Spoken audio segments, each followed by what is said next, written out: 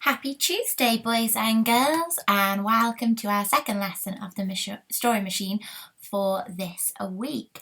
I was really pleased with the work I received back yesterday. Thank you so much for all your hard work that you did there and for how much effort I can see that you're putting in.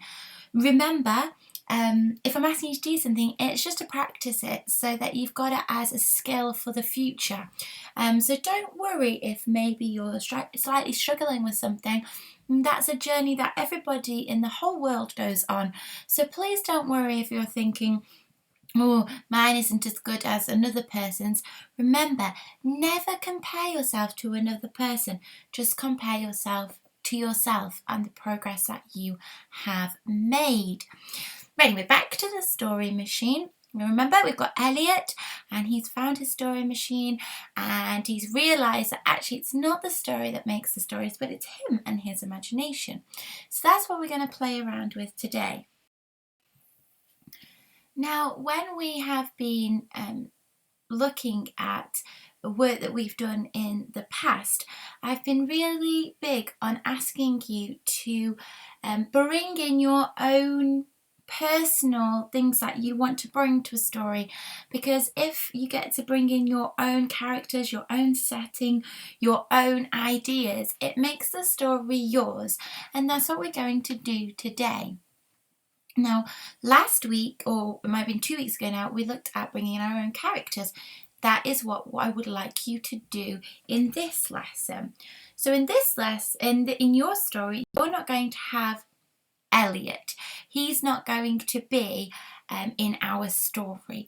You are going to come up with your own character that you want to have in your story. So who would you like your character to be? It might be someone that you've met in another story. It could be someone that you know in real life. It could be someone that you've just completely made up.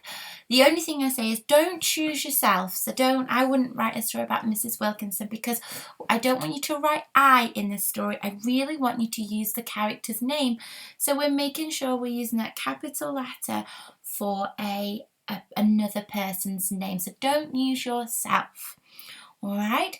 So in this lesson, what I'd like you to do is I'd like you to choose a character. Now, I have chosen the Gruffalo. I've chosen the Gruffalo because we all know the Gruffalo really, really well, and I need you guys to understand what it is I'm asking you to do.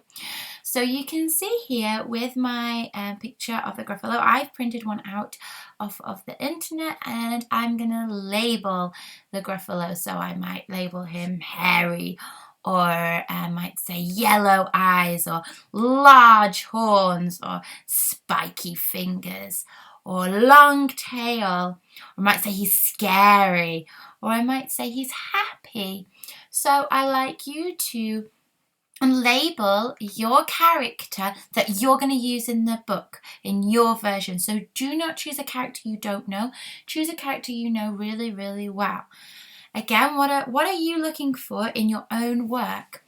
I'd like to see at least 5 adjectives, but with one of these adjectives be describing their personality. For example, shy, or scary, or nervous. You must use a capital letter for the name of your character. Again, we're going to have neat cursive handwriting, and you need to be able to read what it is you have written. If you're looking for a challenge, I know lots of you took the challenge up yesterday, rather than a single word or 2 words, I'd like you to write a sentence comparing your character to things you might know. These are called similes. Okay, so I would like you to try. You might choose to do 4 adjectives, and then try 1 sentence. That's fine, but if you really want a real big challenge, try and see if you can do all of them. An example of this would be a single word to describe the Gruffalo would be hairy, but a sentence might be the Gruffalo is as hairy as a humongous brown bear. Okay, and you can challenge yourself to do this. Again, don't worry if you can't take the challenge and you just want to do the character. Try and choose something that you really know really well. It doesn't have to be from a story we've done together. You could choose, anything. You could choose a Barbie. You could choose Thomas the Tank Engine. I wouldn't mind, but it has to be a character that you know well. hope you enjoy doing this, and I can't wait to see what you've done. Have a lovely Tuesday.